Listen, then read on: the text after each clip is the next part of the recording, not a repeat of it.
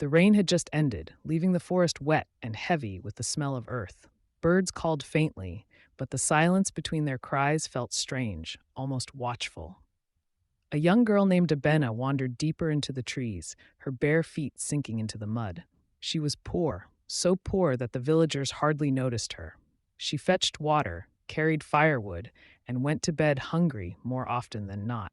That day, while searching for fallen branches to sell for a little food, she noticed something half buried in the soil. It wasn't wood. It was smooth, round, and glimmered faintly in the fading light. She bent down and pulled it free. It was a mask, carved with strange patterns that seemed to move when the light touched them. Its eyes were hollow yet deep, like they were staring back at her. Abena shivered, but couldn't look away. Something about the mask whispered to her, calling her to put it on.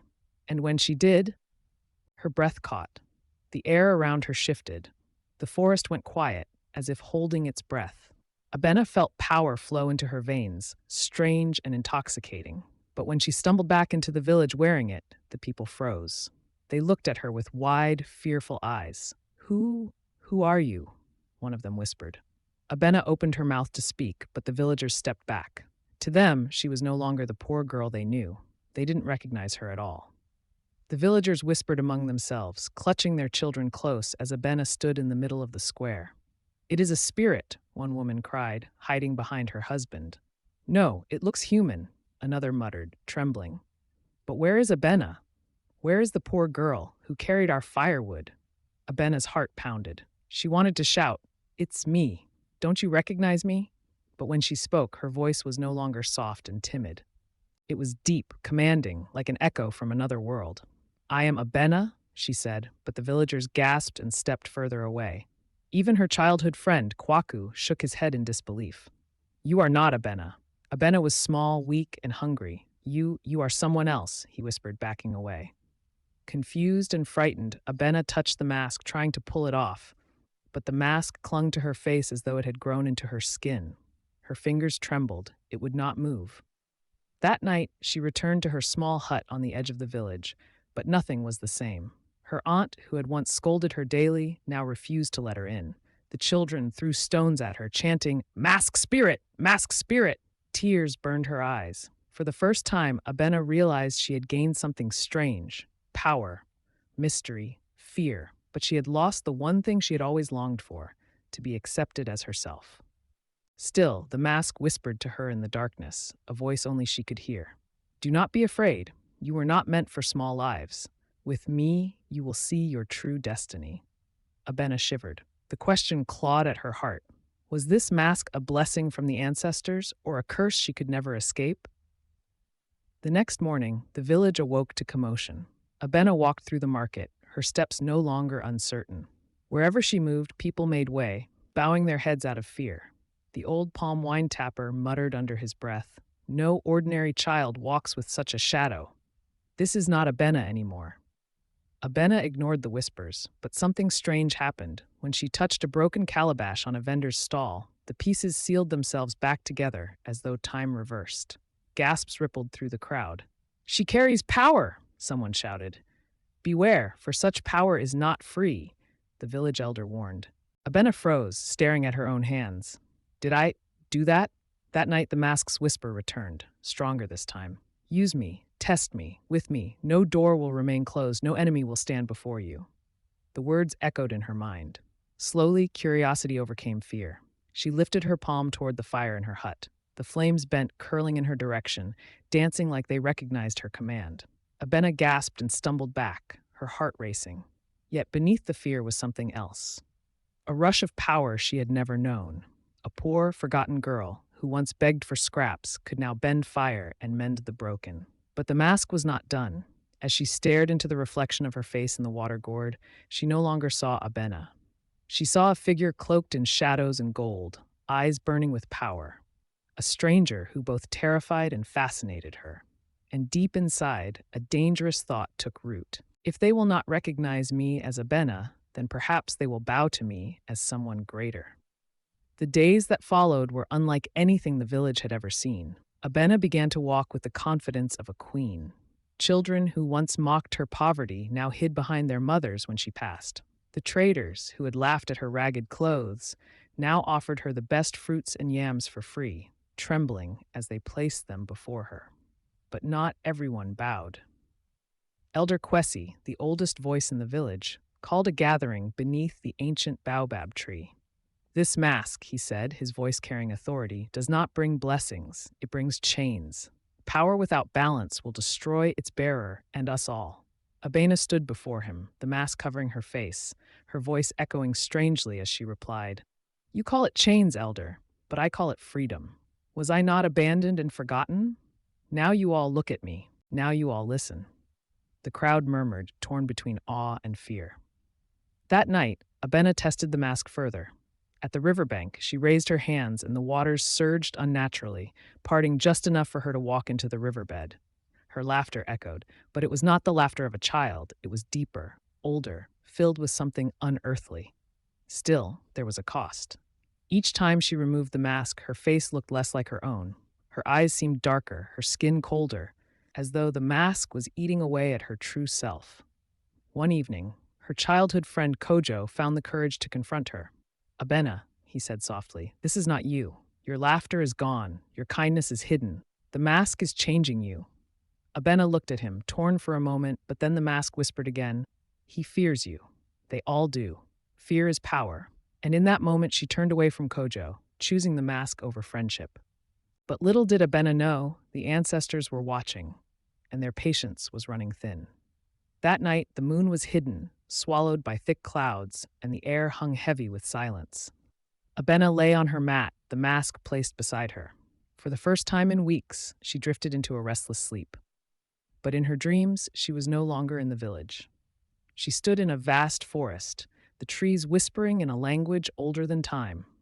A circle of shadows appeared around her, glowing faintly with ancestral fire. One figure stepped forward, tall, draped in white cloth, eyes burning like embers. "Abena," the spirit intoned, voice deep as thunder, "you have taken what was not meant for your hands." The mask of silence was forged to test the hearts of the living. It feeds on pride, and if you do not let go, it will consume your soul until nothing of you remains. Abena trembled, but then the mask appeared in her dream, floating before her like a living thing. Its voice slithered into her mind. "Do not listen. With me, you will rule not just this village, but kingdoms. They envy you, Abena. Only I see your worth." When she woke, sweat clung to her skin. The mask gleamed in the dim firelight, as though it had heard the entire dream. The next morning, strange omens shook the village. Goats refused to leave their pens. The river, once clear, ran dark with silt, and fishermen caught nothing. A sudden whirlwind swept through the market, scattering plantains and groundnuts into the dust. The villagers whispered, eyes darting toward Abena's hut. "This began when she found that mask," one woman muttered. "It is a curse," another added. But Abena emerged proudly, wearing the mask, her voice echoing unnaturally. "Do not fear. These are signs that power has come among us. I will protect you." Yet Kojo, still watching her with worry, whispered under his breath, "No, Abena, you are the danger we must be protected from." Unbeknownst to her, a small group of elders gathered in secret that night, vowing to confront the girl before it was too late. The elders gathered beneath the great baobab tree, their lanterns flickering like small stars in the night. Their faces were tense, their voices hushed, for they all knew what they risked. Elder Nana Ya, the oldest woman in the village, spoke first. Her voice, though frail, carried weight. "The mask of silence is no gift. It is a trial. Our ancestors hid it for a reason. If we do not act now, Abena will not remain Abena. She will become something else." The men and women nodded, fear sharpening their resolve. Together, they formed a circle and began to chant prayers, calling on the spirits of the land to give them strength. At dawn, they marched to Abena's hut. Kojo followed quietly, torn between loyalty to his friend and fear for what she was becoming. When the elders arrived, Abena stepped out already wearing the mask, as if she had known they were coming. Her figure loomed tall, her voice carrying with unnatural force. "So you come against me? Against the one chosen by the mask? Do you not see? I can lead this village into greatness." But Nanaya stood firm, leaning on her staff. "Child, that mask does not serve you. It deceives you. Remove it before it consumes you entirely." Abena laughed, but the sound was hollow, distorted. The villagers watching from a distance shuddered, some clutching their children closer. Then it happened. The ground beneath them trembled. The mask pulsed with a red glow. Suddenly, the wind rose into a frenzy, tearing through the village with violent force. Roofs rattled, cooking pots clattered, and the baobab's branches bent as though in pain. One of the elders raised his hand toward Abena. In the name of the ancestors, release that which does not belong to you.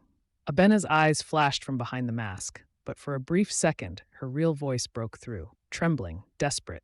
Kojo, help me. Kojo stepped forward, but before he could reach her, a wave of unseen power burst outward from the mask, throwing everyone to the ground. Dust and cries filled the air. When the winds died down, Abena stood alone in the silence, the mask glowing faintly. The elders were shaken, but their fear had only deepened. This was no longer a simple matter of discipline. This was a battle between the living and a spirit too powerful to be ignored. That night, the village could not sleep. Fires were lit in every compound, prayers whispered in every hut. Mothers clutched their children, while fathers sharpened machetes, not to fight Abena, but to protect themselves if the power inside her grew worse. In her hut, Abena sat before a broken mirror. The mask clung to her face as though it had grown into her skin. She tried to pry it off, clawing at its edges until her fingers bled, but it would not move. Instead, the mask whispered into her mind, "They fear you. They always did. But with me, you will never be poor, never be forgotten. You will rule, and they will kneel." Abena wept. "I never wanted to rule. I only wanted to be seen, to be loved." The mask's laughter echoed in her skull. Meanwhile, Kojo went to Nanaya's hut, where the elders were gathered again. He dropped to his knees. "Please, she is my friend. There must be a way to save her. Don't let them hurt her." Nanaya's weary eyes met his. "The mask she wears is older than this village itself. It was forged in a time of blood by an ancestor who desired power above all else. When he died, his spirit was trapped within the mask. That is what whispers to her now." Kojo's heart pounded. "Then, how do we free her?" The old woman's voice dropped to a near whisper. "To break the curse, one must enter the spirit world, to face the ancestor bound within. But only someone that the girl truly trusts can walk that path with her." Kojo froze, realizing what Nanaya meant. At dawn, the ritual began. The elders drew symbols in white chalk upon the ground, burning herbs whose smoke coiled like silver snakes. They placed Abena, still masked, in the center of the circle. Though she resisted, Kojo's voice calmed her. "Abena, it's me. Trust me, please. Hold on." The smoke thickened, and Kojo stepped into the circle. Suddenly, the world spun, and the ground beneath him vanished. When he opened his eyes, he was no longer in the village. He stood in a shadowed forest where the trees had no leaves, where the air was heavy with silence.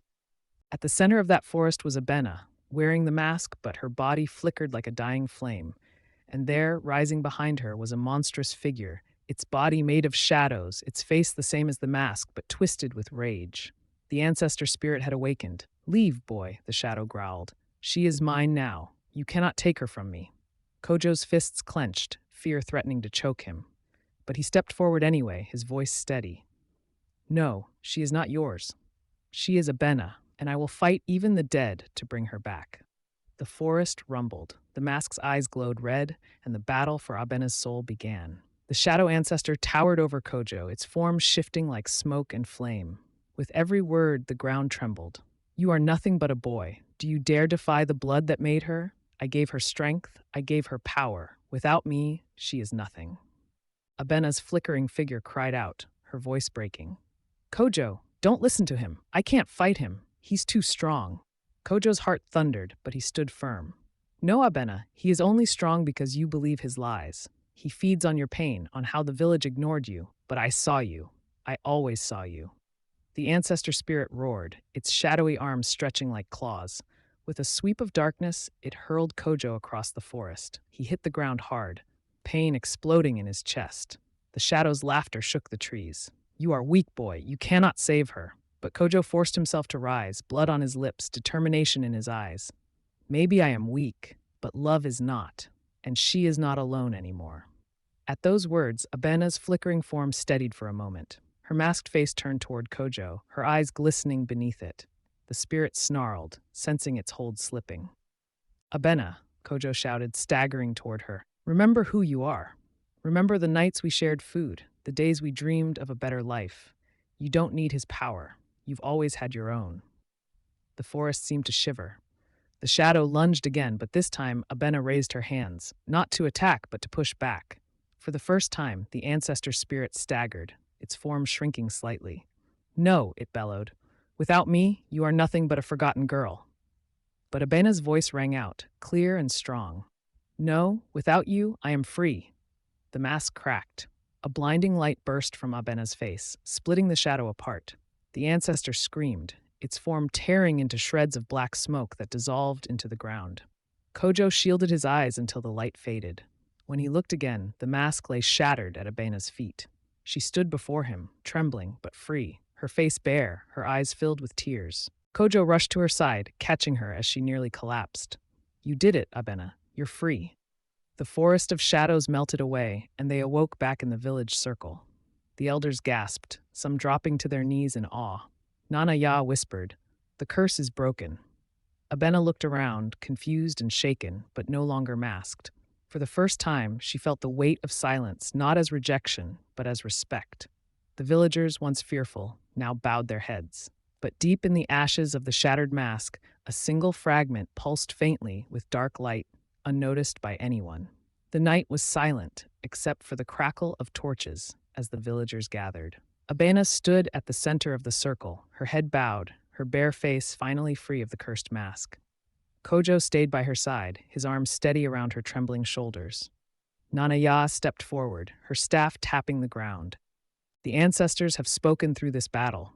The mask was a prison of shadows, and this girl was its victim. We owe her not fear, but forgiveness. The crowd murmured. Some villagers looked ashamed, remembering the cruel words they had spoken against Abena.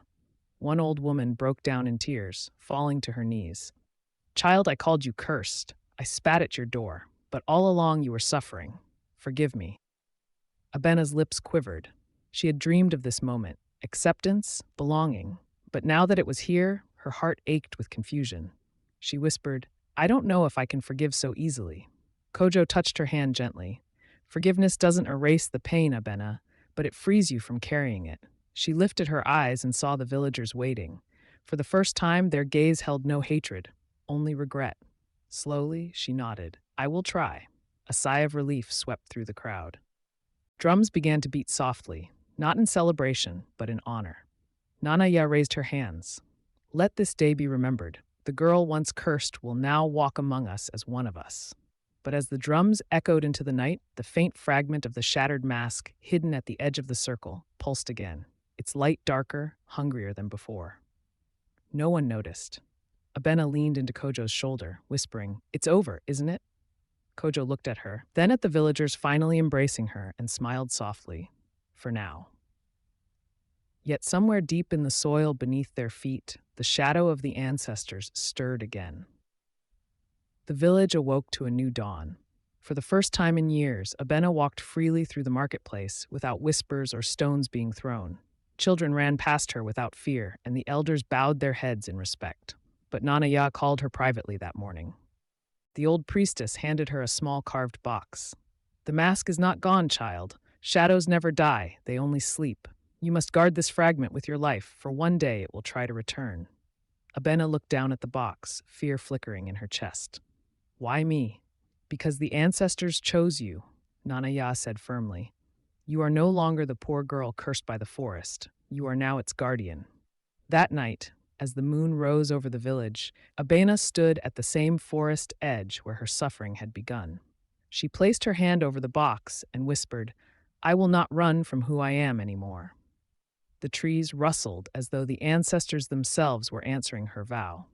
From that day on, Abena was no longer remembered as the girl with the mask, but as the keeper of shadows, the one who carried her pain, her scars, and her strength as a warning and a shield for her people. And though the fragment still pulsed faintly in the box, waiting, Abena's spirit now burned brighter, because she had transformed her curse into her destiny.